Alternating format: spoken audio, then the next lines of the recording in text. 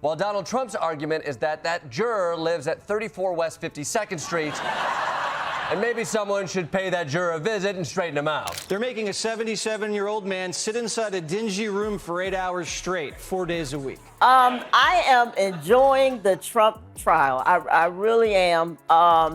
You know, I know they say he's passing gas and everything in courtroom.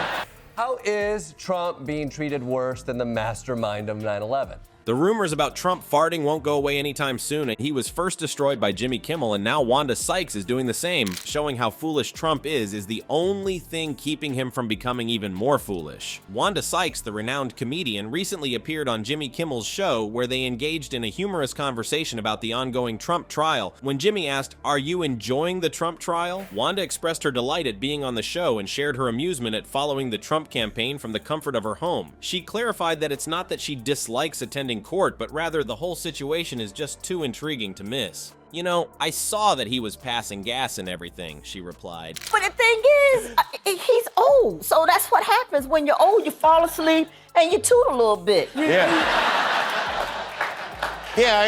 I do it. It was rumored that Trump farted in court, so Jimmy and Wanda knew they could make fun of him without really trying. They merely said what Trump said, which was immediately made fun of. Thus, the game was not merely satire. Jimmy continued on the fart train and said this: most people, you just go, all right, well, you know, he's an older guy, he's sitting there, he's, you know, whatever. But in this guy, you know that if Joe Biden did something like that. They would pump sound in. They would like put a mic right by his butt. They would mic his seed. They would, oh my God. He'd have a blimp with Joe Biden farted on it, flying over the courtroom. Oh, yeah, they'd have him blasting "Hail to the Chief" out of his, Jimmy now had the opportunity to laugh about Trump's age. He inquired to Wanda, "Do you feel like Trump is finally starting to age when you look at him?" She shot back, "Nope." "But we really are," she retorted. "He has the same appearance. It appears that he isn't growing older. I don't know if it's a new blood transfusion or what." No, but we are. I mean, he still looks the same.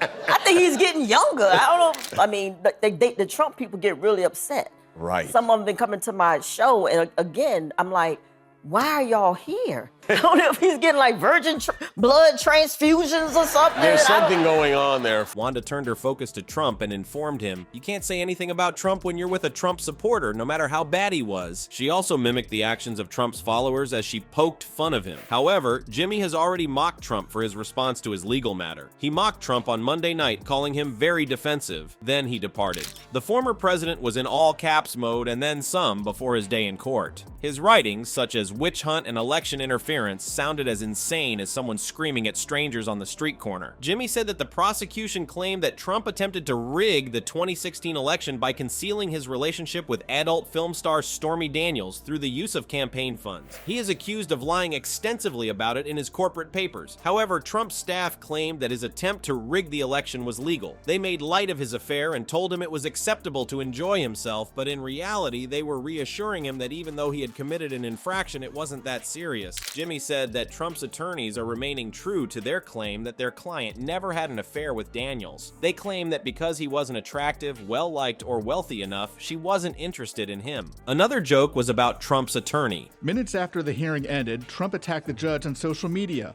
calling him a kangaroo court.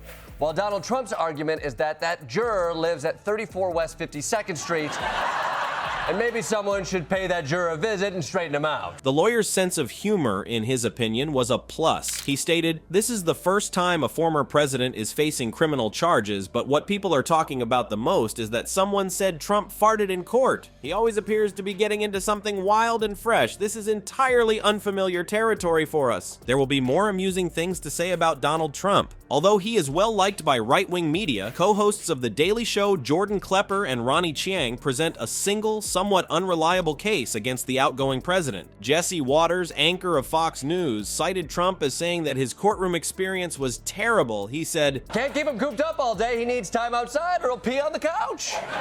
You're going to put a man who's almost 80 sitting in a room like this on his butt for all that time? They're making a 77-year-old man sit inside a dingy room for 8 hours straight, 4 days a week. As a comedic duo, Klepper and Chiang parodied both Waters and Trump. Wow, 8 hours a day, 5 days a week. It truly is a torment, Klepper declared. In other words, this is the same individual who aspires to be US president. That's gotta be a job that takes at least 40 hours a week, Chiang stated. Is he going to get extra hours? Additionally, Chiang stated, I thought Trump was going to be the young, strong candidate in the race. He needs sunlight, and he needs activity. He needs to be walking around. He needs action.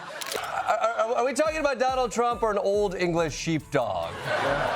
Cruel and unusual punishment to make a man do that. However, here is all the information you require regarding Trump's peculiar trial. Throughout his criminal prosecution, Trump has amassed substantial wealth. His net worth in the first week was approximately $5.6 million. It's a pretty wild and intense hearing on Donald Trump's gag order. This guy is incapable of keeping his mouth shut for 2 minutes. Look, we all know how Donald Trump loves exercise. Because of this trial, he's been morbidly obese for the last 40 years. Yeah. I mean, though, It all turned into a very heated exchange between the judge and Trump lawyer Todd Blanche. the prosecution's argument is that a juror has the right to feel safe while serving on Donald Trump's jury.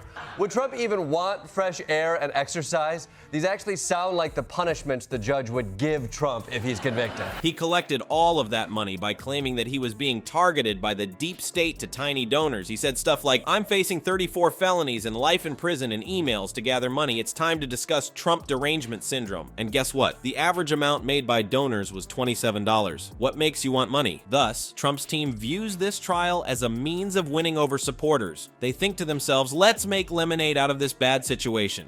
Who argued that Trump is being very careful. Well, a clearly frustrated Judge Merchan responded, Mr. Blanche, you're losing all credibility with this court. Has Trump ever considered paying himself hush money? But think about it. Yeah, I know. He's like, fresh air and exercise, just give me the death penalty. But listen, I'll give Jesse Waters the benefit of the doubt because I was also kicked in the head by the same horse. However, Trump isn't just sitting in court doing nothing. He's also criticizing the judge on Twitter. How much do you know? His team believes that by locking him up for speaking the truth, they would be able to generate a significant amount of money. Even though Trump is utterly disinterested in court, his presence there is beneficial to his campaign. After all, his legal bills are growing exponentially more quickly than you can say lawsuit. They can now afford less for trips and gatherings. But don't worry, Trump's staff claims to have everything figured out. They just had a record-breaking fundraiser, and they are confident they will have enough cash on hand to deal with anything that comes their way. Why then is raising funds during a trial such a big deal? It'd be nice to be with her, but I'm at a courthouse for a rigged trial. It's a rigged trial. Terrible. But we're doing very well in this rigged trial. Everybody knows it. Yesterday was a big day. Therefore, Trump's team is aware that donations increase when he makes headlines. These individuals don't hesitate to advise other contenders to refrain from interfering with Trump's fundraising efforts. One thing is apparent, regardless of Trump's ability to lead the nation, he knows how to profit from trouble.